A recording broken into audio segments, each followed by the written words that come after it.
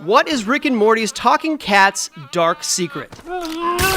Hey, what's up, everybody? Thanks for joining us. I'm Jesse B. Gill, and joining me today are my friends, Francesca Rivera and Akeem Lawanson, and we are going to be breaking down Rick and Morty's Season 4, Episode 4, Claw and Hoarder Special Ricktims Morty. That's the name of the episode. If you haven't seen it, we're getting into spoilers. You know the deal. Let's get right into it. Akeem, Francesca, this was a wild episode. Let's run this thing back. Let's start off with the talking cat. What is the deal with this talking cat?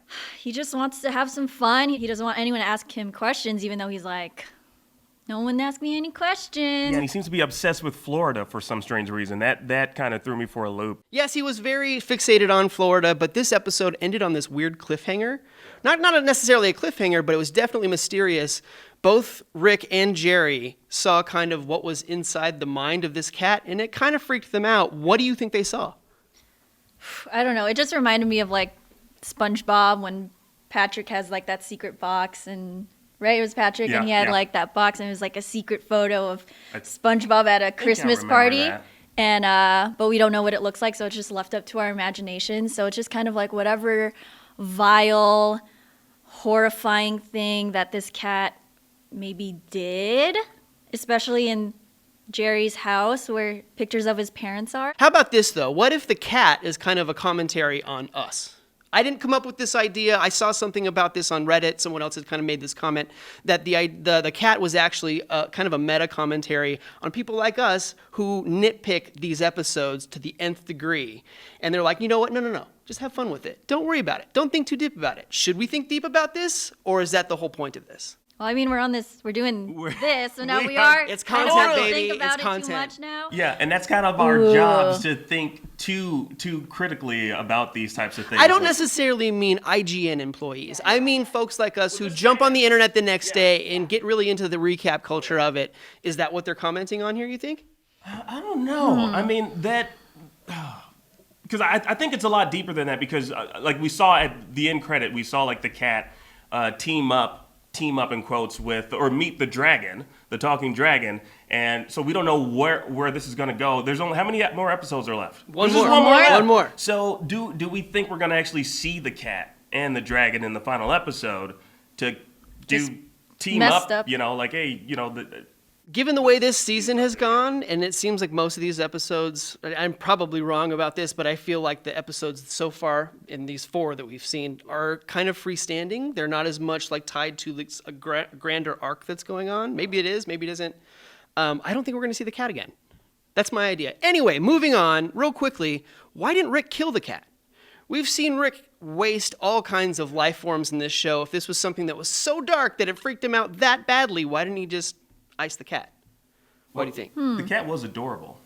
True. I didn't really see it as like a commentary about the fans, but okay, well then to backtrack a little bit, I think Rick is someone who obviously just like kind of respects those who have like this like power. Like he'll just like respect someone who's like just equally as effed up as he is. Sure. And if he was able to see that like this cat did some messed up stuff, and if the cat is supposed to be the audience, it's just like, okay, I can't really get rid of you, and I can't like, you know, kill our fan base. Let's just, you know, let it be and let it, you know, kind of go off and like cause this mayhem that we can't really control, but, you know, like just go off and you have this power over us that like I don't want to mess with. And then like if he's turning the gun on himself, he's just like, I can't handle this anymore. I can't be subjected to this cat's power anymore. You know what? Maybe we should take the cat's advice and not think about it too much. Anyway, moving on. Chances are you've probably heard of a luck dragon before. Well, in this episode,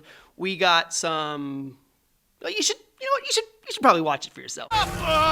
We are the slut dragons. We live in these slut caves where we suck and eat.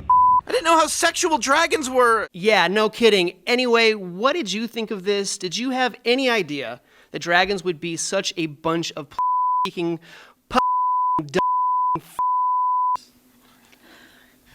Well, I mean, I had no idea. I mean, I've seen numerous dragons in numerous television shows and movies, and I was really thoroughly surprised.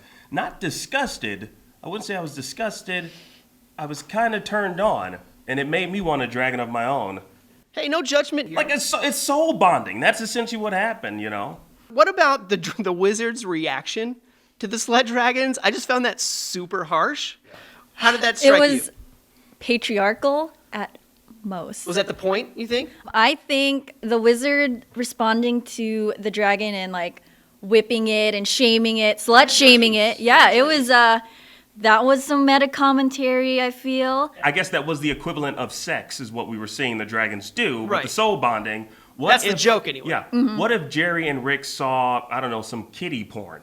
And This is getting dark, dude. It's It's inside getting of the real mind of that dark. cat. Real dark. Okay, moving on though. Which is more insane, the way the wizard treated the dragons or the way the dragons treated each other? Oh, the way the wizard treated the dragons. like, no, I feel like, no, yeah, they respected each other, so I don't see any harm in that. I mean, there was a woolly mammoth who soul bonded with a dragon. Though they shamed that guy pretty They hard. did. They did, yeah, they totally did. So did the elder dragon, Right. who just soul bonded with himself. The cat vision sent Rick to a pretty dark place, but having a soul orgy with his grandson and granddaughter, totally acceptable. What's that about? Gosh, I don't even want to think about like what actually really happened. There's a in lot this of dark episode. corridors I that just your mind has to go down to get into this episode. I think that you guys are misinterpreting like a soul bond. Like the thing is, like genitalia is not involved. It's your soul. It's the essence. It's your the heart. sounds they were making though. Well, yeah. See, that's the It thing was that so makes it suggestive. seem very sexual because like they were, oh yeah. It's like when you start making noises like that when you're soul bonding with someone. We've all soul bonded. First, let's all just bring that to the light of day. All right. We just don't do it so animated. We're not animated when we're soul bonding, be it with, your parents or your sister or, a significant other. You've soul bonded before. What are we even talking about at this point? We're talking about soul bonding. Any random thoughts about this episode? Anything else that jumped out at you? A lot of nostalgia, a lot of, there was the Ecto Cooler High C. Yes, not only that. Look, Oh, yes. I wrote it down. There was a Duckman lunchbox. Awesome. Which was dope. I saw that. Great animated television show. There was a VR headset. Could have been like an Oculus or Rift or something. I don't know. There was an Action Comics #1. And, of course, my favorite, Future's self-titled album. That was the coolest moment of that episode. Yeah. That was definitely the high point. And then everything after that was traumatizing. Where do you both think this season is headed? You know what? I am like a talking cat when I watch Rick and Morty. I just let it happen. You don't think about it too much. I don't. You just have fun 'cause- with it. Yeah. Yeah, Jesse, you said this off camera. Like every episode, there's no like through line. It's not like they're trying to connect. Doesn't seem to be. No, not at all. So honestly, I don't know where the 5th and final episode of this season will go. It can go anywhere. Like the whole thing with the dragon and the cat, that could be something that they explore. Who knows? Not in this season, but next season, or they just don't pick it up until ? Like, so I don't know. Honestly, I don't know what they've been building up to. One last thing I got to bring up is that alien cat creature, Chachi. Chachi Morty. R.I.P. to Chachi. That's it for us today. Thanks for joining us. But tell me, what did you think of this episode of Rick and Morty? And what in the multiverse could be in that cat's dark past? Let us know in the comments. Hey, thanks for watching. Make sure to check out our review of Rick and Morty Season 4, Episode 4. And here are our top Rick and Morty episodes of all time. Like and share this video, and don't forget to subscribe and follow IGN wherever you like to watch. Oh! And that's the end of the Morty Gets a Dragon episode. Are you gonna slay it? First off, I always slay it, queen. Secondly, yes,